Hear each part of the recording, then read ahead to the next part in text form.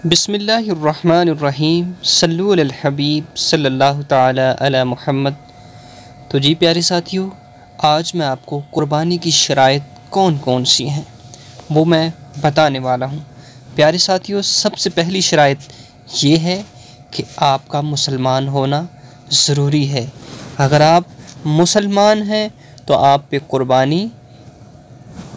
कुर्बानी कर सकते हैं। नंबर 2, बालिग होना, यानी कि कुर्बानी के लिए ज़रूरी है कि अगर आप बालिग हैं तो फिर आप पर कुर्बानी वाजिब है। आगे नंबर 3,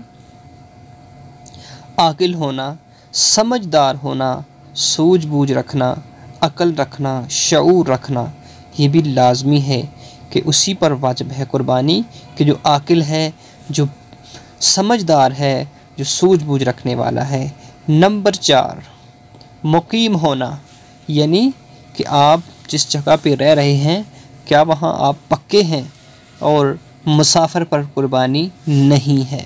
मुकीम होना लाजमी है। नंबर 5, मालिक निसाब होना, क्या अगर आप साहिब निसाब हैं तो फिर आप पर कुर्बानी वाजिब है। प्यारे साथियों, मैंने आपकी खिदमत में बता दिया जो 5 शराइत।